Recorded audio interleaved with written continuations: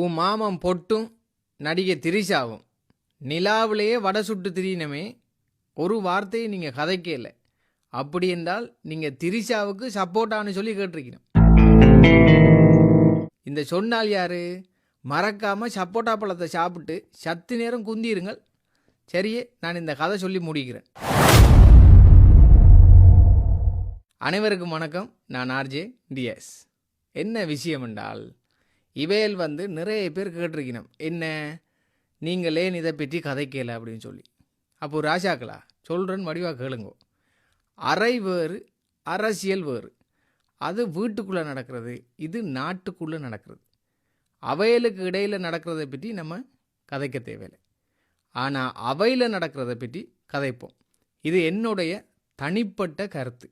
உங்களுடைய கருத்துக்கள் வரவேற்கத்தக்கது. சரியே, விளங்கிட்டே? என்னடி இது?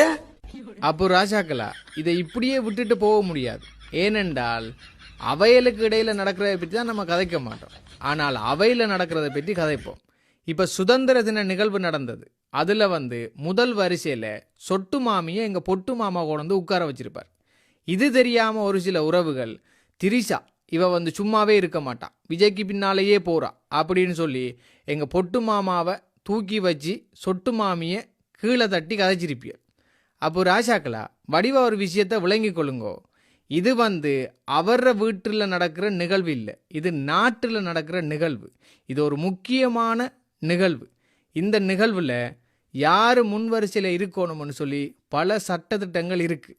இதுக்கு எங்கள் பொட்டு மாமா அனுமதி கொடுக்காமலோ அல்லது பரிந்துரை செய்யாமலோ இந்த சொட்டு மாமி முன்வரிசையில் இருந்திருக்கவே முடியாது. அதனால ராஜாக்களா, நீங்க இப்ப இதுக்கு கேள்வி எழுப்பி சரியான தீர்வை பெற்றுக்கொள்ளுங்கள். இல்லண்டு வைங்கோ, பிறகு நீங்க கேள்வி எழுப்ப முடியாத அளவுக்கு கொண்டு நிப்பாட்டிவினோம். சரியா ராஜாக்களா? மீண்டும் இன்னும் ஒரு வீடியோவில் சந்திப்போம். நன்றி, வணக்கம்.